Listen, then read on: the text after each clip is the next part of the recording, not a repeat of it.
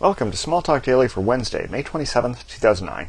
This morning I thought I'd go through another open source framework that I've run across on the web, the Glare interface to the Flex Air service from Adobe.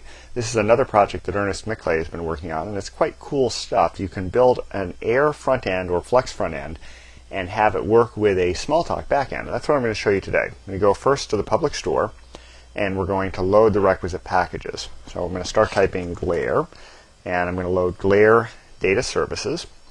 And you notice most of these were put out by Ernst. I just fixed a prerequisite problem here. So I'm going to load that here. And just go ahead and say yes.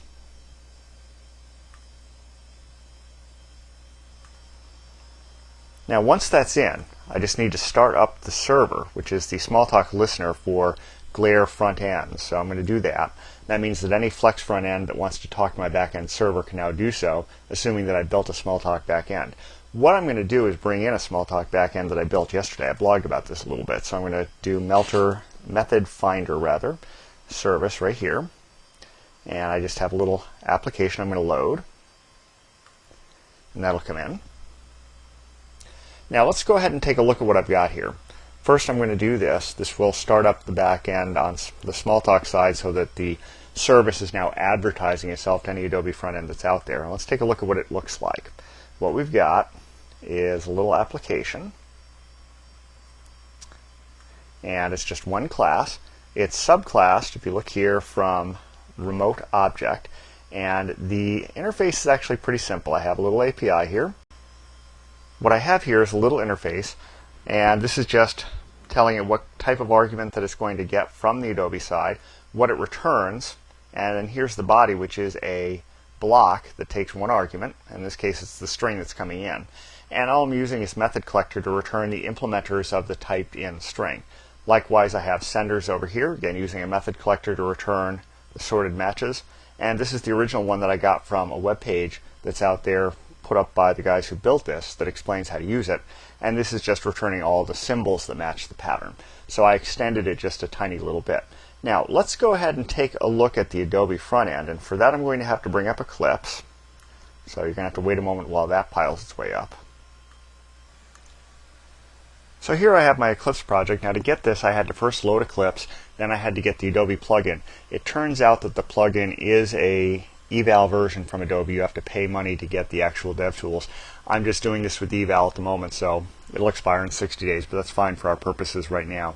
Here is the code that I wrote on the front end though.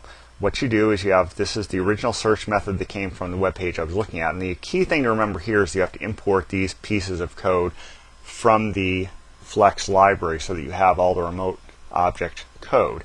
And then it's just a matter of writing some code that goes ahead and works with it. So I have my list box in here. So let's go up here to the design. And I'll show you what this looks like. And it's a little hard to see because the window's scrunched down. Let's open that up just a little bit.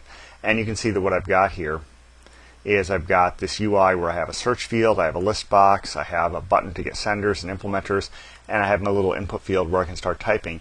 And the way this is going to work is that it's going to actually incrementally search the back end as things change. So let's go ahead and run this and see what it looks like. So let's run.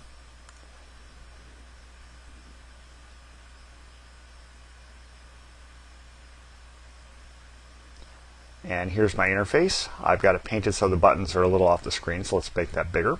If I start typing something, you notice that it's going to start filling stuff in incrementally.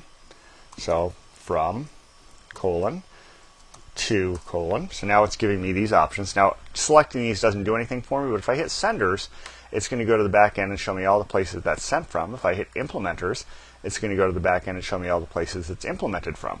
So I'm actually communicating with my Smalltalk back end here. Let's push that aside.